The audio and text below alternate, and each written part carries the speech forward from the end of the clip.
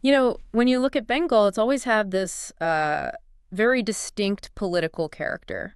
Decades of left rule, right? Absolutely. A Yeah. very specific political culture. And then Mamata Banerjee arrives. Mati, Manush.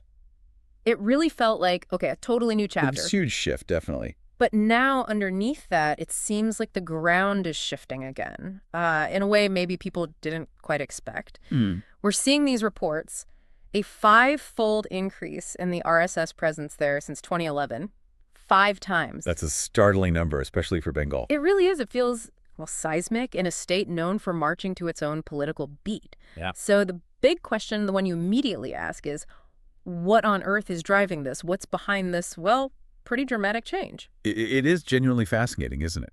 Because you have this historical context, Bengal-specific leanings, and then you see the significant growth of an organization like the RSS, Yeah. which, let's be clear, is the ideological engine room for the BJP. And historically, they just haven't had that deep penetration in Bengal. Not at all. It's almost like adding a really strong spice to a traditional dish.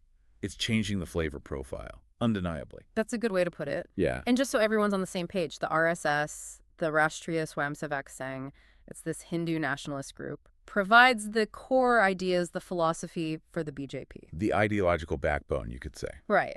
If the BJP is the, let's say, the public face in electoral politics, maybe the RSS is the behind-the-scenes guide, shaping the bigger picture. Often described that way. The strict uncle to the BJP's flashy cousin, perhaps? Though that simplifies it a bit.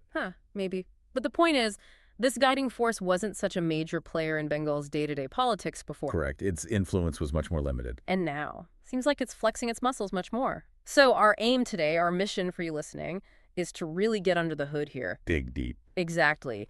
Move past the headlines. Understand the factors pushing this expansion, the stories, the narratives gaining ground, and, what it all means for Bengal and maybe for India more broadly. So the obvious starting point is, why now? What changed? What created the conditions for this kind of growth? Good question. Well, if you look back, that long period of left-front rule ended. That left a huge political vacuum, really. Decades of dominance just gone. Gone. And while Mamata Banerjee and the TMC surged in to fill a lot of that space, another traditional force, the Congress Party, Continued to weaken. exactly, it kept declining. Yeah. So you ended up with this opening in the political landscape, a space where maybe different ideas, different organizations could find some purchase. It's like when a big department store closes in a mall, suddenly there's prime real estate available. Right. And maybe new kinds of shops move in, attracting different customers. And it looks like the BJP, with the RSS providing that, foundational support structure, saw their chance, saw that opening and decided to, well, set up shop. And a core part of their strategy, it seems, revolves around this narrative, this claim of Muslim appeasement by Mamata's government. Okay, let's unpack that. It's a pretty charged term. What's the substance of that argument? What are they actually pointing to? Well, the central claim from the RSS, and echoed by the BJP, is that the TMC government has deliberately put in place policies that favor the Muslim community, Okay. and that this, in turn, creates a feeling of alienation or grievance among some sections of the Hindu population. Right. Do they give specific examples? Oh, yes. The most frequently cited one is the introduction of monthly stipends, financial aid, for imams and muezzins. Okay. Leaders in the mosques. Correct. And the RSS frames this very clearly as the state showing favoritism to one religious group simply because of their religion. You can see how that might land with some people. If you're Hindu, you might think, well, what about our priests? Are they getting similar support? Precisely. It taps into that potential sense of unfairness. But what's the TMC's defense? How do they explain these stipends? Their argument is quite different. They position it as a welfare measure. They see these are often religious leaders in very poor communities. So poverty alleviation, essentially. That's the argument. They say it's about supporting individuals in need who happen to hold these positions, and they point to similar support given to Hindu temple priests in other states. It's framed as economic support, not religious favoritism. So two completely different ways of looking at the same policy. Fascinating. And it sounds like the RSS narrative has been finding an audience. How are they getting this message out? They've been very strategic about it. Yeah. It's not just about having the narrative, it's about amplifying it. Social media is huge, of course. Naturally. Platforms like X, Facebook, WhatsApp. They're used extensively to share their perspective, often highlighting specific incidents or policies. Right. But it's not just online. They've also really focused on visible on-the-ground activities. Think about religious processions like Ram Navami rallies. Okay, yeah. Those have become much bigger news in recent years in Bengal, haven't they? Much bigger and much more widespread, especially in districts that have, unfortunately, seen communal tensions before, like Malda or Hooghly, Birbhum. These rallies become these big public statements of Hindu identity. And implicitly maybe reinforcing that narrative of Hindu concerns being overlooked. That's certainly how it's often interpreted. It's mobilization. It's saying, we are here. We have these concerns. So this groundwork, the narrative building, the local RSS branches, the shakas, the recruitment drives, it all feeds into the BJP's political rise, presumably. You can't really separate the two. Look at the BJP's electoral performance. From almost nothing in 2011. A tiny vote share. Tiny, to becoming the main opposition, getting a huge chunk of the vote in the 2019 Lok Sabha elections. That kind of leap doesn't happen in a vacuum. Yeah. The RSS's grassroots network, the shakas, they provide this ready-made organizational base, committed people on the ground. They act as a force multiplier for the BJP's political campaigns. Adding extra masala to the political mix gives it more punch.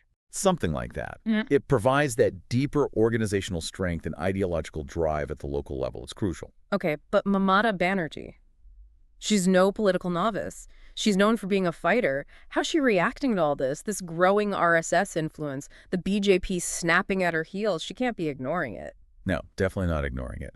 Her response has been, multifaceted, a bit of a balancing act, you could say. How so? On one side, she's openly critical. She directly challenges the BJP and RSS narratives, calls them out, defiant. Standard Mamata, then. Pretty much. Yeah. But on the other side, she's also making these strategic outreach efforts to different communities. For instance? Well, you see her meeting with Muslim clerics, especially when issues flare up like the Waqf board disturbances in Murshidabad back in 2025. She even blamed outside forces then, hinted at central government involvement. Right, I remember that, pointing fingers at Delhi. Exactly.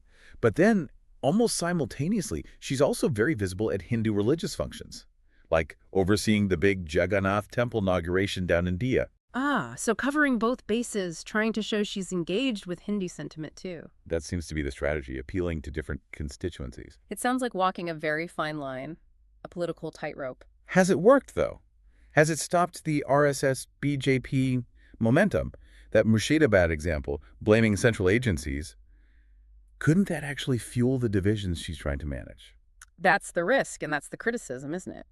Some argue that this kind of balancing act, especially when it involves making accusations around communal issues, can inadvertently keep those very tensions simmering. It keeps the pot stirred. It can, potentially. It might even play into the RSS strategy, which is all about highlighting these perceived grievances. And then you have other issues piling on. Like the controversies. The SSC recruitment scam, wasn't it? Yes, the teacher recruitment scam. That caused a huge uproar, and the Supreme Court ruling on that in April 2025. And her very public reaction to that, the contempt notice. Right. All of that adds to this picture of, political turbulence. It creates noise, instability, and gives her opponents more ammunition to question her governance.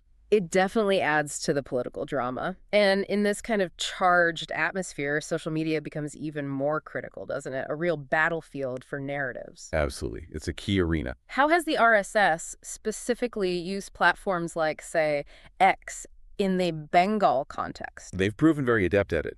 They often focus on specific past incidents, riots, or disturbances, like Kaliachak or Dulagori. Years ago, but they bring them up again. Constantly. They present these incidents, often simplifying them, to highlight this narrative of Hindus being under threat or vulnerable. And that resonates online. It seems to, especially with easily shareable content, short video clips, provocative images, memes. It's designed to go viral, and it often finds an audience, particularly among younger people who are very active online. It's a powerful recruitment tool, too. And Mamata's countermoves online, or in the public sphere. I recall her announcing patriotic rallies in May 2025, seemingly as a direct reply to the BJP's Tiranga Yatra. Yes, that felt like a direct response. A counter-mobilization effort. Like competing chefs trying to make the spiciest biryani, each trying to outdo the other. Huh. Maybe. It's definitely a contest for public attention, for control of the narrative. The RSS pushes its story of Hindu identity under pressure. Mamata tries to promote a different narrative, Maybe Bengali unity, secular traditions, patriotism defined differently, But it's a fight playing out very publicly. very publicly. And the digital space is absolutely central to that fight. But it's not all online, is it? You mentioned the ground game earlier, the shakas, the festivals. How important is that physical presence? Oh, it's fundamental.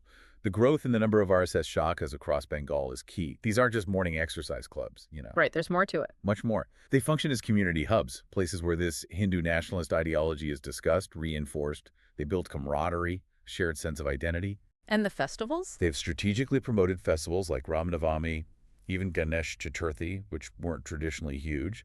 Major festivals across all of Bengal in the way Durga Puja is, But they're making them bigger. turning them into large-scale public events. Big processions, lots of visibility. It's another way to assert presence, to rally people, to make Hindu identity more visible in the public square. And it seems to be working particularly with younger people. You hear about individuals like Santandada, Swarjit Guha, young recruits. What draws them in? It seems to be a mix of things. There's definitely an appeal to Hindu identity, a sense of pride. Okay. Then there's the narrative we discussed that Hindus might be facing threats or marginalization. Mm-hmm. That can create a sense of fear, but also a sense of purpose. We need to stand up, defend our community. So identity, pride, maybe some fear, and a feeling of belonging, a cause. Exactly. The RSS offers that sense of community, being part of something bigger, something that claims to be protecting their interests and values. It can be the very potent combination for attracting young people. Right. Now, while all this is happening, the narratives, the rallies, the recruitment, Mamata's government is constantly talking about development, infrastructure, investment, welfare schemes. Yes, that's her counter-narrative in many ways. The Calicut Skywalk, the big business summits, things like the Krishak Bandhu scheme for farmers. Absolutely. She emphasizes tangible achievements. Look, we're building things, we're bringing investment, we're helping people economically. It was that DPIIT report in March 2025 ranking Bengal well for industrial investment, wasn't there? They pushed that hard. They did, promoting tourism too. It's all part of positioning the TMC as the party of governance, of progress, of delivering concrete benefits. But the question is, can focusing purely on development be enough to counter these powerful identity-based movements and narratives? That's the core dilemma, perhaps. History, even recent history in Bengal, suggests development alone might not be a silver bullet. You mean things still flare up? It's exactly. Think about the Kaliachak incident in 2016, or Murshidabad more recently in 2025. These happened alongside the development push. It suggests that while development addresses crucial material needs, it doesn't necessarily erase or overcome these deeper communal fault lines or the emotional appeal of identity politics. So the appeal of the RSS narrative can exist and even grow alongside improving infrastructure or welfare schemes. It seems it can. They operate on slightly different planes, perhaps. One addresses the wallet, the other addresses identity and belonging, maybe anxieties too. So pulling it all together, this five-fold RSS growth, it's not one single thing. It's this mix, this confluence of factors. Seems that way. You've got the political vacuum left by the left's decline. You've got this potent Muslim appeasement narrative being pushed very effectively. Right. You've got very smart strategic mobilization, both online and crucially on the ground through the shakas and festivals. The ground game is vital. And maybe the limitation of development as the only answer when these strong identity currents are flowing. That sums it up pretty well, I think. It's a complex interplay. Political opportunity, a resonant message, organizational skill, and perhaps hitting a point where identity politics just has a very strong pull. And Mamata's TMC is definitely facing a real challenge navigating this. And this whole situation in Bengal, it doesn't feel isolated, does it? It feels like it mirrors or at least connects to wider trends we're seeing across India. Oh, absolutely. Bengal is, in many ways, a fascinating case study, but it reflects these broader national dynamics. The rise of identity politics, the increasing political polarization, the sophisticated use of social media alongside traditional grassroots work. We see variations of this elsewhere. We do. So what happens in Bengal, especially looking ahead to the 2026 assembly elections, that's going to be really significant. It'll tell us a lot about the state's direction and whether this RSS expansion translates into a lasting political power for the BJP there. So for you, listening to this deep dive, maybe the thing to really chew on is this. What is the future trajectory for Bengal? How will this constant push and pull between identity politics, development focus, and raw political power play out? It's the crucial question. And how do these very local dynamics in Bengal, the specific narratives, the responses, how do they shed light on those bigger national debates about Secularism and nationalism, the very idea of India. Yeah, the lodal reflects the national, and vice versa. It definitely feels like Bengal's political curry, let's say, remains incredibly complex. Lots of ingredients, lots of spice. And it requires careful watching to see how it all simmers down or boils over. Indeed. Definitely one to keep a close eye on.